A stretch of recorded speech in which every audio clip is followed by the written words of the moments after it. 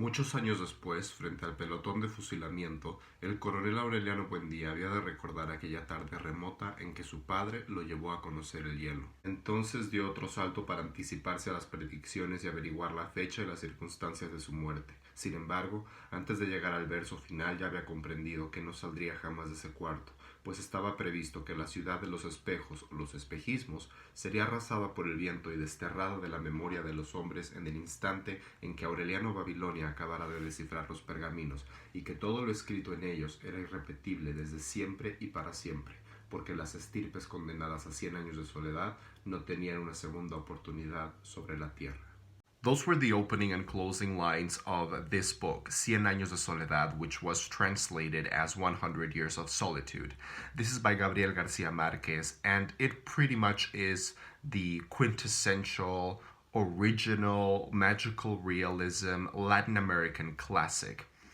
I live in Mexico. I've lived here my entire life, and this book has always been proclaimed and sold to me as the book that you absolutely will have to read at one point in your life.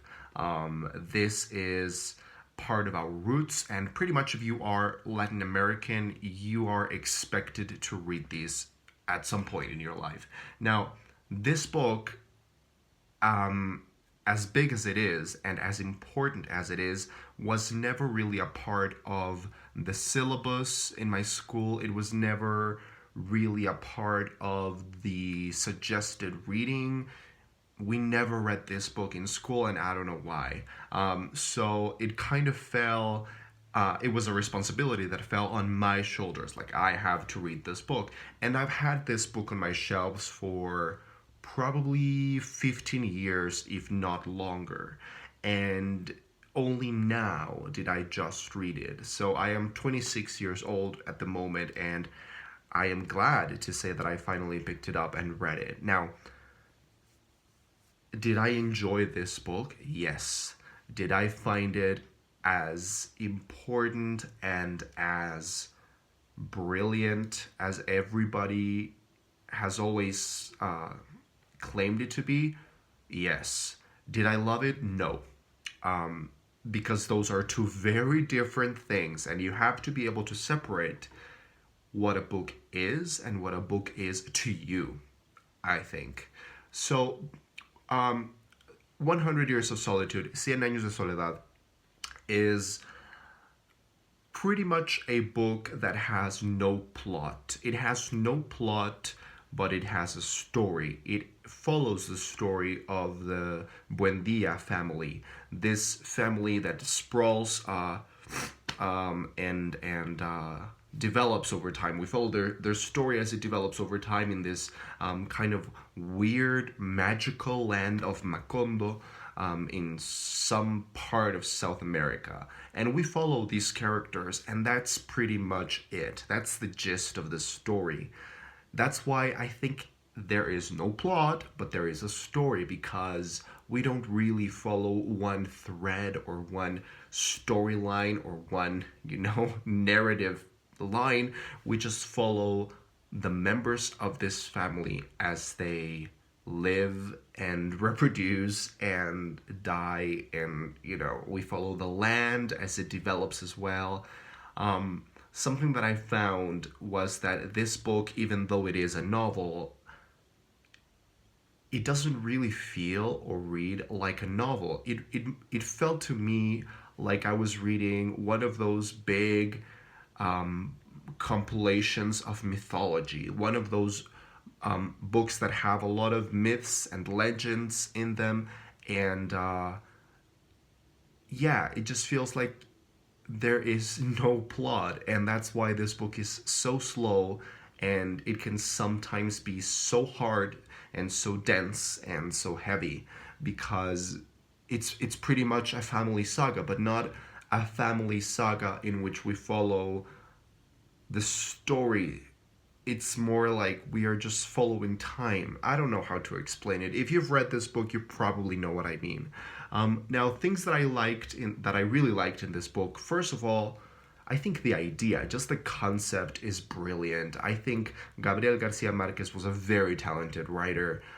He also has a bunch of short stories and, of course, a lot of other novels, and he was a brilliant man. And the structure and the concept at the core of 100 Years of Solitude, I think, is nothing short of brilliant, particularly in its use of magical realism. So, this novel is supposed to have kind of created magical realism, um, at least in Latin America. But it's very different to the magical realism that we have today. And I saw a video, a book review of this in Adam's channel at Memento Mori, in which he contrasted this original magical realism with magical realism, more surreal and wacky and whimsical magical realism that we have today. And I really like that video. I think he's absolutely right. The magical realism that Gabriel Garcia Marquez uses in this novel is pretty much the way it's supposed to be. It's not wacky or unbelievable. It's just kind of integrated, woven into the story in such a mundane way that it doesn't feel like something magical. It just feels like something that is part of the story, and it gives the entire setting and the entire story a very kind of mythological, fairy tale esque kind of tone. So I really like the use of magical realism. The magical things that happen are treated in a very mundane way, and that gives the tone of the book a really nice texture. Another highlight of the book for me was the writing style, the use of language. I think Gabriel Garcia Marquez has a very eloquent, very, very descriptive, and very beautiful turn of phrase. He is very wordy. And it's beautiful. It really is a beautiful writing style. However, that just makes this novel be a little bit heavier than it already is. And the thing is, this is a pretty dense novel as it is, because we follow so many characters that have the same name. It's kind of confusing. Because of the magical realism, it sometimes feels difficult to grasp and to really understand exactly what's happening with enough clarity as it is. And on top of that, we have this use of language that can sometimes feel crowded or overwhelming, and sometimes it is so dense that it kind of put me to sleep, and not in a bad way, like, oh, I'm so bored, I just want to go to bed, and no. It felt like a lullaby, like I was reading a book on mythology or fairy tale or a book of history instead of a novel, and that just made me kind of ease into it, and it kind of put me in this trance under this enchantment, and I like that, but it's not the typical reading experience. Now, in terms of reading experience, I do have to say the beginning of the book was absolutely spectacular, and I was so much in love with it. I really loved the first 10 chapters of it, and then there came a point in which I started to get a little bit bored and a little bit like, okay, so why is this so important? I really liked the beginning, like I said, and then it was kind of the opposite of a crescendo. It was like a diminuendo. So by the halfway point, it was starting to go a little bit like this.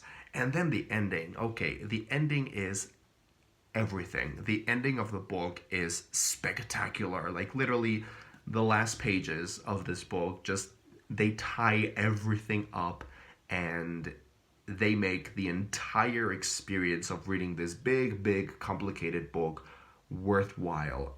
It is such a great book, and I really did like it very much. I didn't love it. I stand by that. But I think what hindered me from loving it is the fact that the execution makes it a little bit hard, because it reads like a history book, not like a novel, because there is a story or a bunch of stories, but there's no plot, because the language can sometimes be as confusing as the story itself. But I really thought the best part of this book was the idea. The brilliance of the idea is absolutely genius. The execution maybe is what kind of didn't really do it for me 100%, and I really loved the execution. I think if there was one person who was going to write this book, it was going to be him, Garcia Marquez. But I just found it a little bit too overwhelming and a little bit too dense, and descriptive in a way that I don't necessarily always like. But overall, I could say that this is a book that I really, really liked, and I can certainly now appreciate it, which was the whole objective of reading this book for me, was trying to understand why this book is so important for me, for my country, for my history, for Latin America, for the genre of magical realism. You know, I very recently wrote an article on magical realism, and this was one of the books that I had to research without actually reading it, but I had to research what it was about this book that made it so important in the canon. And I'm really glad that I finally read this classic, a Latin American classic for a change. What can I say? I gave it 4 stars, and even though it was not a book that I personally loved, because in order for me to love a book and to give it 5 stars, I need to appreciate it and understand it for its brilliance, but also I need to be able to say that I really, really had a lot of fun reading it and that I had an amazing reading experience. And that was not the case. This book was a little bit too dry for me, but still, what a classic.